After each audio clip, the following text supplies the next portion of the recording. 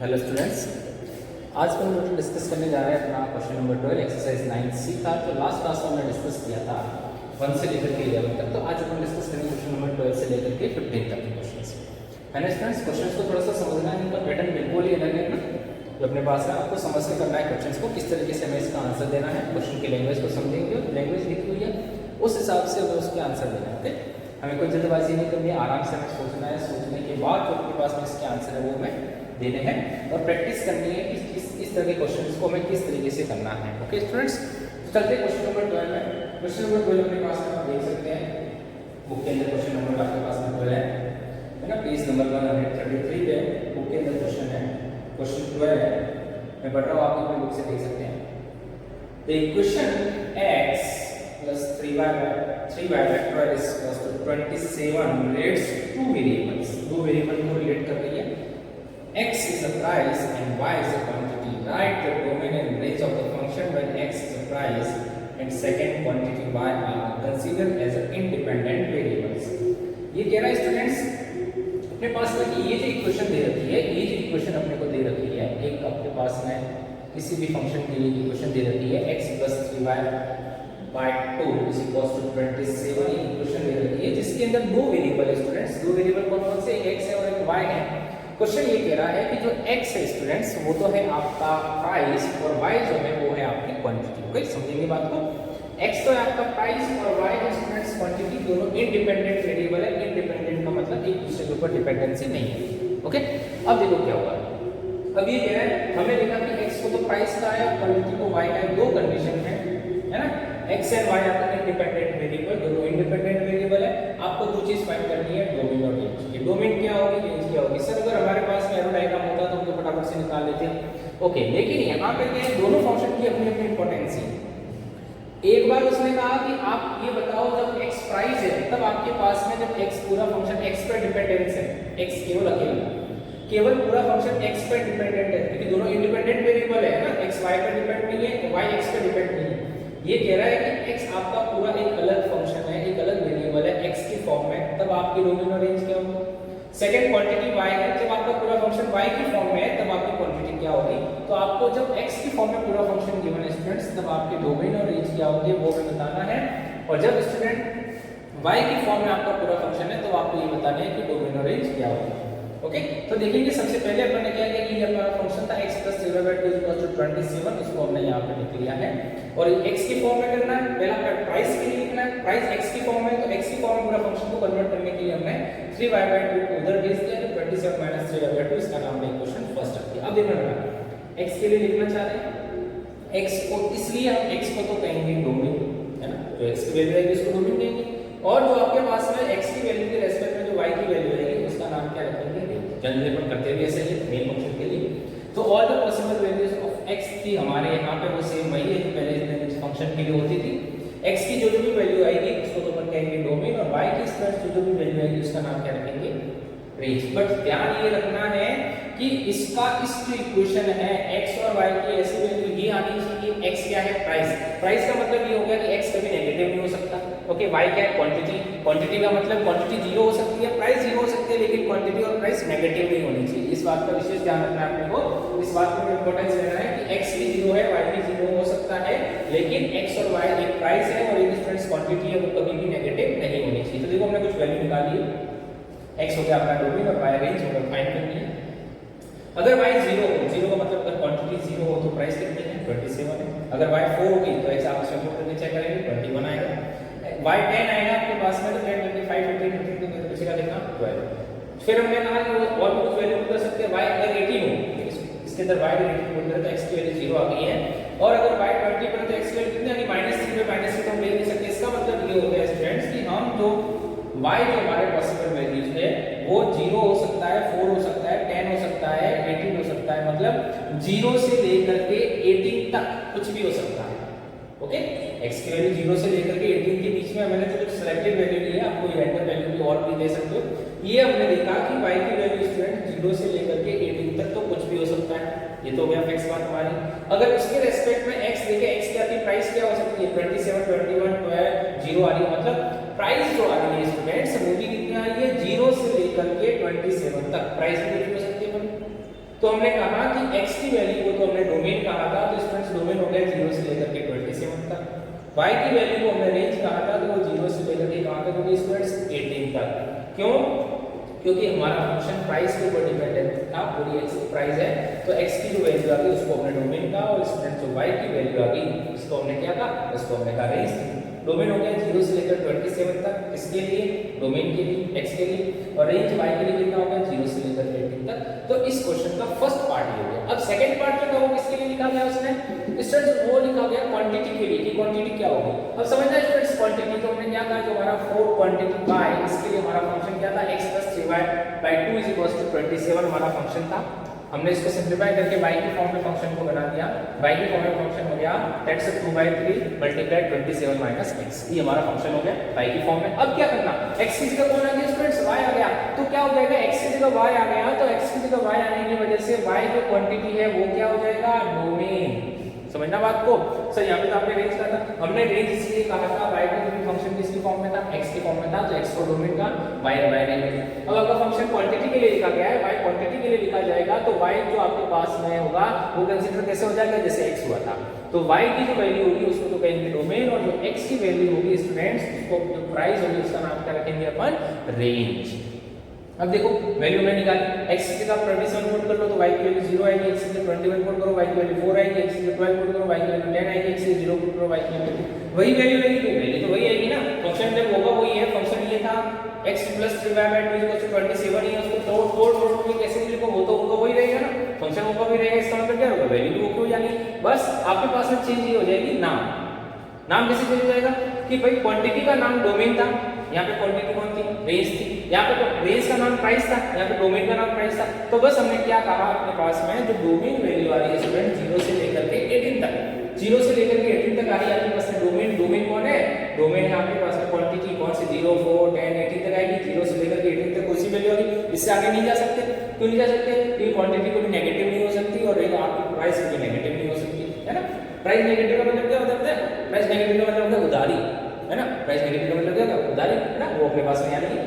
तो 0 से लेकर के 18 तक की हमारे पास वैल्यू जाएगी आपका डोमेन, और रेंज आपके पास हो जाएगी 0 से 27 तक। मेन इंपॉर्टेंट चीज इसमें ध्यान रखने वाली बात ये थी कि आपका एक बार function in form of x रहेगा प्राइस के रेस्पेक्ट में, तो x आपका डोमेन रहेगा और y रेंज रहेगी, और जब क्वांटिटी के लिए लिखना है तो स्पेशल दो केसेस ये क्वांटिटी के लिए लिखना है तो y की फॉर्म में रहेगा, तो यहाँ जो लिखा होगा वो डोमेन रहेगा, और यहाँ जो लिखी होगी उसकी क्या आएगी, रेंज। तो स्टूडेंट्स निकल गया हमारा क्वेश्चन नंबर 12। इसके अंदर दो आंसर होंगे, एक पहले प्राइस के लिए डोमेन और रेंज होगी, और दूसरी किसके लिए होगी स्टूडेंट्स, क्वांटिटी के लिए डोमेन और रेंज होगी।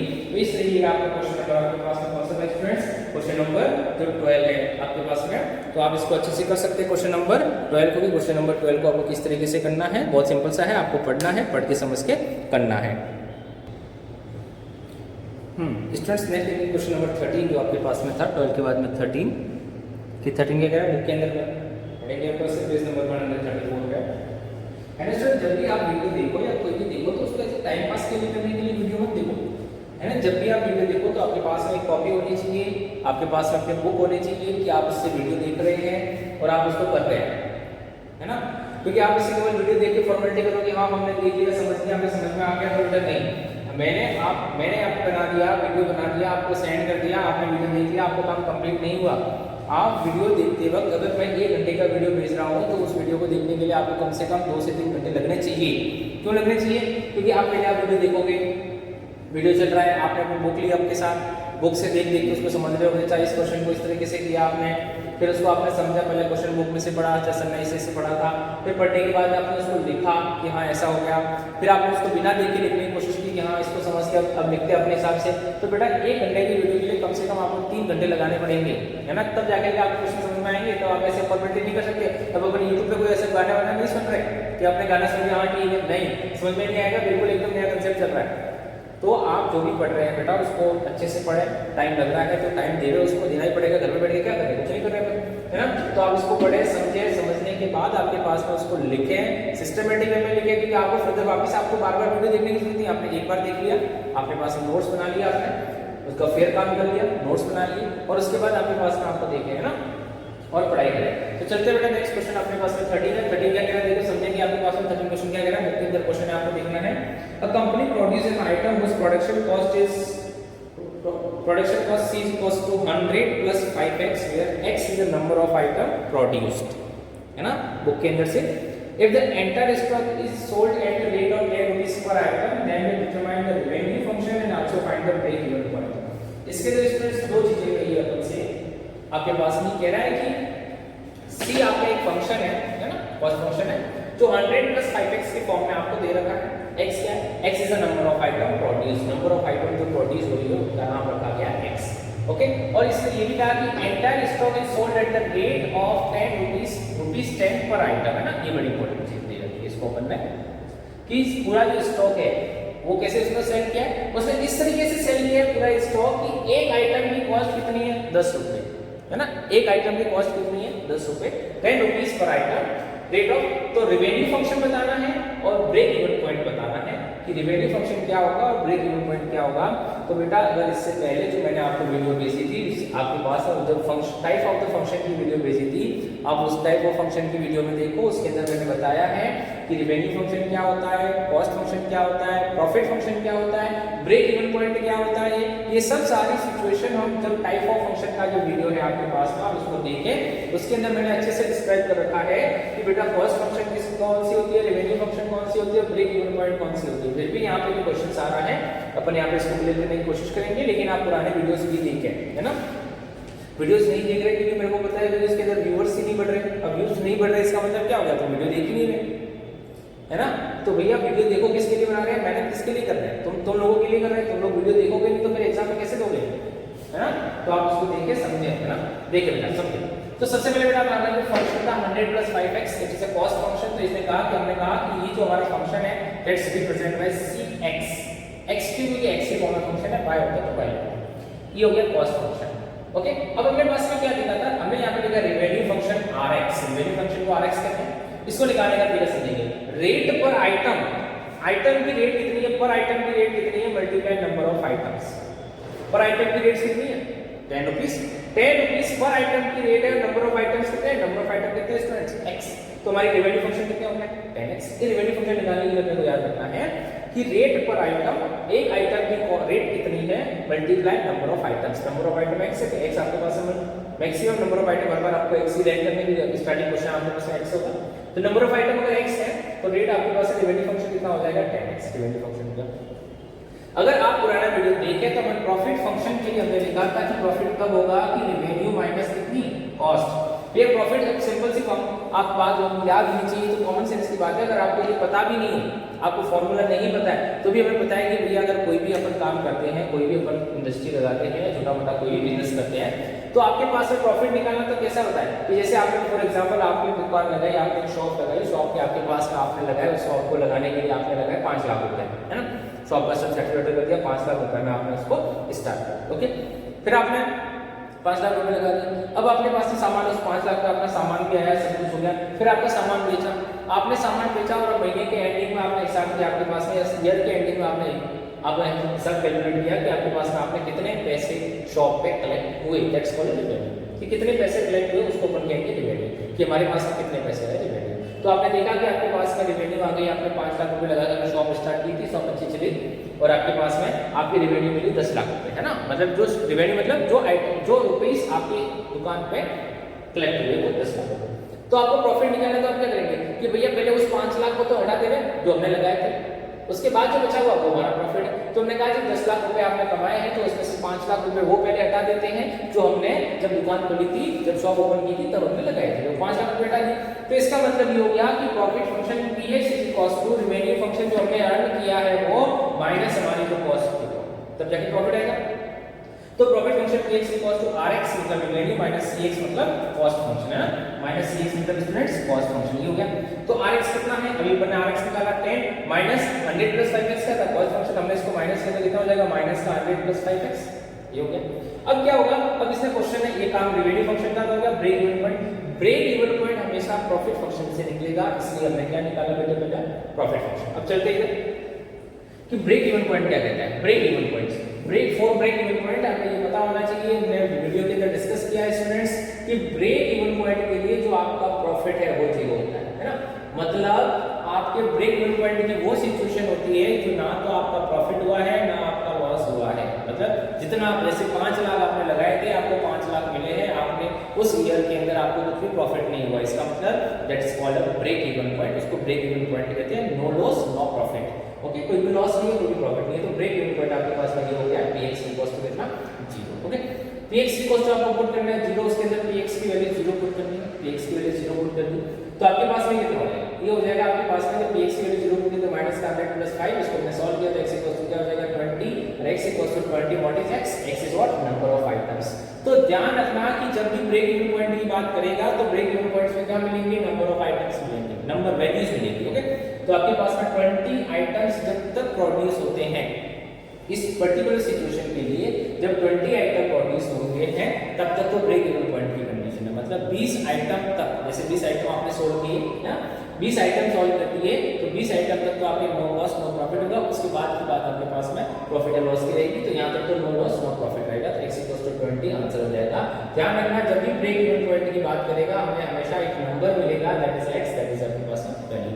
ओके स्टूडेंट्स, ये था आपका क्वेश्चन नंबर कौन सा, ये था आपका क्वेश्चन नंबर 13 जो आपको इस तरीके से करना है स्टूडेंट्स, क्वेश्चन नंबर 13। ओके, तो आप इसको अच्छे से कर सकते हैं अपने पास में, बहुत सिंपल सा क्वेश्चन हो गया क्वेश्चन नंबर 13 तो अपने लिए। स्टूडेंट्स नेक्स्ट देखते हैं अपन क्वेश्चन नंबर 14 है।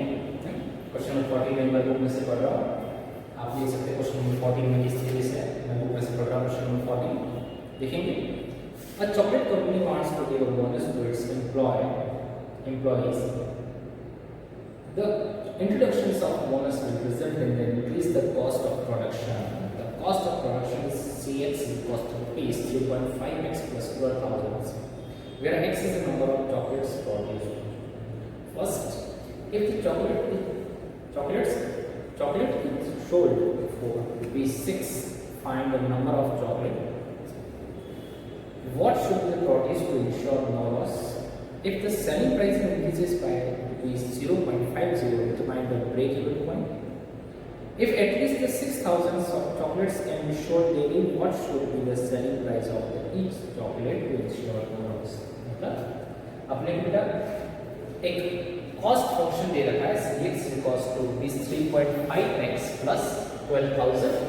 x क्या है, x is the number of chocolates, ये x क्या है, x is the number of chocolates. Okay, पहला ये कह रहा है इफ ईच मतलब individual each chocolate is sold for rupees 6, मतलब 6 रुपीस की एक चॉकलेट आपके पास में कह रहा है कि बिक रही है, रुपीस 6 की एक चॉकलेट बिक रही है। Find the number of chocolates at no loss, मतलब नो लॉस, आपको कोई भी लॉस नहीं हुआ है, नो लॉस है ना, कोई भी लॉस नहीं हुआ है, तब आपको क्या बताना है, आपको ये बताना है जब भी आपको नो लॉस हुआ तब आपको ये बताना है कि आपके पास में क्या बताना है, find the number of chocolate, number of chocolate बतानी है, no loss no profit. Second, if the selling price increases by 0.50, मतलब हमने 50 पैसे एक चॉकलेट पे बढ़ा दिए हैं तो determine the break even points, तो ब्रेक इवन पॉइंट फाइंड करें। थर्ड क्वेश्चन लिख रहा है if at least the 6,000 chocolates can be sold daily, अगर एक दिन की 6,000 चॉकलेट बिक रही है, सेलिंग हो रही है, तो selling price of the each chocolate at no loss, कोई भी लॉस पे एक चॉकलेट की प्राइस क्या होगी। समझ में आ गया कि अगर एक चॉकलेट 6 रुपए में बिक रही है ना, तो नंबर ऑफ चॉकलेट फाइंड करो, नो लॉस नो प्रॉफिट में कितनी चॉकलेट बिक सकती है, नो लॉस नो प्रॉफिट में अगर एक चॉकलेट कितने बेच रहे हैं 6 रुपए में। दूसरा सेलिंग प्राइस, मतलब अगर हम कॉस्ट को 50 पैसे बढ़ा देते हैं तो आपके ब्रेक इवन पॉइंट क्या होगा, नंबर ऑफ चॉकलेट्स फाइंड करते हैं। थर्ड, इफ एटलीस्ट 6,000 चॉकलेट, अगर एक दिन की 6,000 चॉकलेट बिक रही है तो बताओ कि आपके पास में सेलिंग प्राइस, एक चॉकलेट की सेलिंग प्राइस क्या होगी। समझ में आ गई बात, क्या क्या पूछ रहा है अपन से, अपन से ये पूछ रहा है पहला कि इसने अपने को Cx दे रखा है स्टूडेंट, Cx की बेसिस पे अपन ने इससे पूछा है ना, Cx दे रखा है रुपीस 3.5x प्लस 12,000 और अपने पास में कह रहा है कि 6 रुपए में बेच रहे हो एक चॉकलेट, तो बताओ कि आपके पास में number of chocolate no loss no profit में कितनी होगी। फाइंड द सेलिंग प्राइस, अगर 50 पैसे बढ़ा है तो ब्रेक इवन पॉइंट का मतलब क्या होगा, नंबर फाइंड करने के लिए मुझे x की वैल्यू लेगी और 6,000 रुपए डेली की चॉकलेट बिक रही है, तो बताओ कि आपके पास में सेलिंग प्राइस क्या होगी, नो लॉस है ना, कि सेलिंग प्राइस बतानी है आपको क्या होगी। देखो स्टूडेंट्स, तो हमने इसका सॉल्यूशन किया, समझना 2-3 क्वेश्चन है इसमें। सबसे पहले का सॉल्यूशन हमने किया यहाँ पर Cx इक्वल्स टू कितना रुपीस 3.5x प्लस 12,000, ये आपकी Cx है। है ना। तो अब मैं आपके पास लिखा नेक्स्ट क्या, नंबर ऑफ चॉकलेट प्रोड्यूस हो रही है, नंबर ऑफ चॉकलेट कितनी प्रोड्यूस हो रही है उसका नाम आंसर। अब देखो रिवेन्यू फंक्शन क्या होगा, रिवेन्यू फंक्शन हमने क्या पढ़ा था, रिवेन्यू फंक्शन अभी देखा था हमने। रिवेन्यू फंक्शन क्या होता है कि आपके पास में आइटम्स पर रुपीस, मतलब एक आइटम की रुपीस कितनी है ना, रुपीस रेट ऑफ पर आइटम, एक आइटम की रेट कितनी है मल्टीप्लाई नंबर ऑफ आइटम। एक आइटम की रेट कितनी है 6 रुपए, एक आइटम की रेट कितनी है 6 रुपए और नंबर ऑफ आइटम कितने x, तो rx कितना हो जाएगा 6x। रिवेन्यू फंक्शन कितना हो जाएगा स्टूडेंट 6x। नंबर एक आइटम की जो कॉस्ट है multiply by x that is rx, तो rx कितना होगा 6x हो गया। और मैं पता है गिवन फाइंड का मॉडल फंक्शन कितना होता है, revenue function minus cost function. तो रेवेन्यू फंक्शन में से कॉस्ट फंक्शन को स्टूडेंट हमने माइनस कर दिया, तो ये हो गया आपके पास में rx minus cx, rx is 6x, cx is the 3.5x plus 12,000, ये अपने नोट किया। तो px इक्वल्स टू आपके पास में आ रहा है 2.5x माइनस का 12,000। Okay, at the no loss, no loss no profit, no loss को फाइंड करना फर्स्ट क्वेश्चन को, नो लॉस नो प्रॉफिट है ना, नो लॉस नो प्रॉफिट दोनों।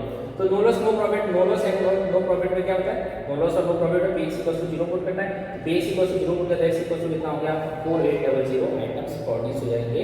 कब, जब 6 रुपए में आप चॉकलेट बेच रहे हो और आपको नो लॉस नो प्रॉफिट हो रहा है, तो 4800 आइटम्स आपको प्रोड्यूस हो जाएंगे, पहला। दूसरा, अगर सेलिंग प्राइस को आपने 0.50 से बढ़ा दिया, इधर आ जाते हैं सेलिंग प्राइस को कितने बढ़ाया, if the selling price is increases by 0.50 rupees, है ना, रुपीस 0.50 आपने 50% सेलिंग प्राइस को बढ़ा दिया, तो सेलिंग प्राइस एक्चुअली कितना हो जाएगी, पहले कितनी थी 6 रुपए 50 पैसे और बढ़ाए तो कितना हो जाएगा 6 रुपए 5 पैसे, मतलब 6 रुपए 50 पैसे भी आप लिख सकते हो 0 रुपए पॉइंट है।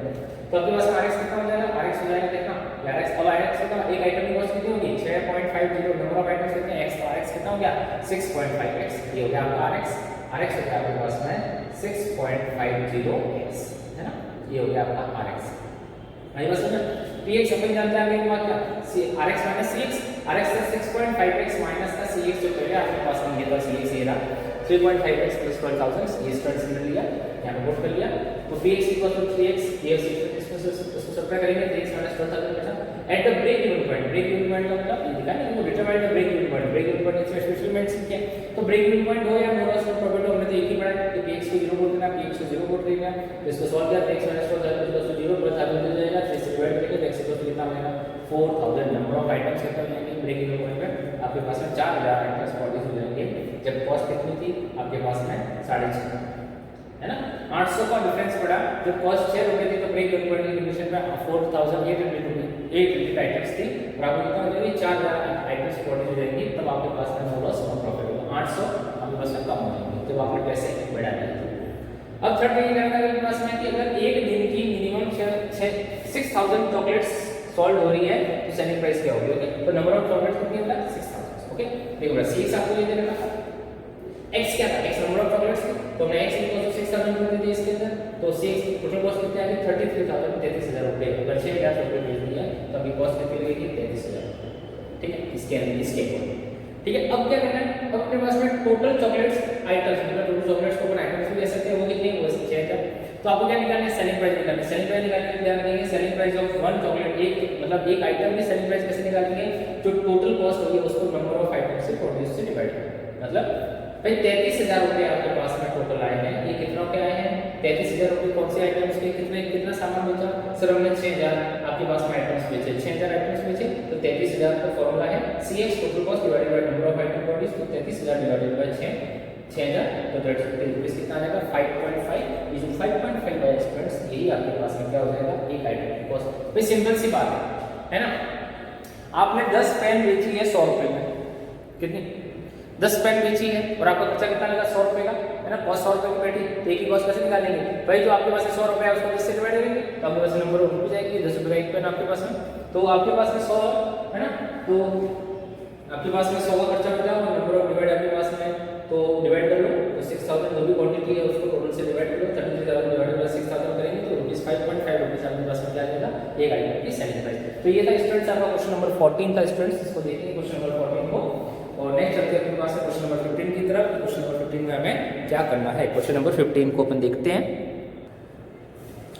स्टूडेंट्स। नेक्स्ट देखेंगे क्वेश्चन नंबर 15 की 15 नंबर का क्वेश्चन हमें किस तरीके से करना है, क्वेश्चन पढ़ रहा हूँ आप बुक में देख सकते हैं। The fixed cost of producing an items of is 1 lakh rupees if the Variable cost of producing each unit of the item is the rupees 200 if each item is sold for 1200 and 1500 units of the items are produced and sold per day, है ना। मतलब कह रहा है कि fixed cost है किसी item को सेल करने की वो 1 लाख रुपए है, तो वेरिएबल कॉस्ट जो है वो 200 रुपये है। एक आइटम की कॉस्ट है वो 1200 रुपये है। 1500 यूनिट्स आइटम्स जो प्रोड्यूस हो रही है किसी पर्टिकुलर डे पे 1500 आइटम प्रोड्यूस हो रही है। आपको बताना है कि कॉस्ट फंक्शन क्या होगा, रेवेन्यू फंक्शन क्या होगा, प्रॉफिट पीएक्स कितना होगा, अगर एक्स यूनिट सेल हो रही है तो प्रॉफिट और loss of company at the first day कितना होगा, प्रॉफिट और loss of the company first day का प्रॉफिट लॉस कितना होगा, और ब्रेक इवन पॉइंट कितना होगा। ब्रेक इवन पॉइंट आपके पास में क्या होगा, तो ये सब 2-3 चीज़ें जो अपने स्टूडेंट्स फाइंड करनी है। समझना क्वेश्चन को बहुत सिंपल है। ये कह रहे स्टूडेंट फिक्स्ड कॉस्ट दे रखी है एफसी टाइप्स ऑफ फंक्शन में आप देख सकते हैं कि फिक्स्ड कॉस्ट को हमने एफसी कहा था, वो 1 लाख रुपीज़ है, रुपीज़ 1 लाख है। वेरिएबल जो कॉस्ट है, वेरिएबल कॉस्ट है मतलब ये फिक्स नहीं है, टाइम के हिसाब से चेंज होती है। ओके, ये किस हिसाब से चेंज होगी variable cost? Students variable cost change होगी नंबर ऑफ आइटम्स में, कि आप कितने नंबर ऑफ आइटम प्रोड्यूस करोगे उसके हिसाब से आपकी कॉस्ट बनेगी, वो होती है वेरिएबल कॉस्ट। ओके, दो कॉस्ट है, फिक्स्ड कॉस्ट है और एक वेरिएबल कॉस्ट है। क्या क्या है? Selling price of each item is 1200 rupees, हर एक आइटम की सेलिंग प्राइस 1200 रुपये है, और 1500 unit of the items are produced at the sold per day. एक दिन के 1500 आइटम प्रोड्यूस हो रहे हैं और सेलिंग की जा रही है 1500 आइटम से। ओके, हमने let the number of item is x, number of item कितने स्टूडेंट्स एक्स है। फिक्स्ड कॉस्ट एफसी जो कि 1 लाख रुपीस है, रुपीस 1 लाख रुपीस है fixed cost. Variable cost VC कितनी हो जाएगी, ध्यान रखना, मैंने बात की वेरिएबल कॉस्ट कितनी होगी, इतने जो भी आपके पास में कॉस्ट है variable cost multiply number of items. ध्यान रखना, वेरिएबल कॉस्ट आपके पास में वो कितनी है, जो वेरिएबल कॉस्ट आपको दे रखी है वो मल्टीप्लाई नंबर ऑफ आइटम्स करेंगे तो क्या आ जाएगी वेरिएबल कॉस्ट। तो variable cost 200 multiply number of item x, तो 200 एक्स हो गया आपकी वीसी, है ना, वेरिएबल कॉस्ट।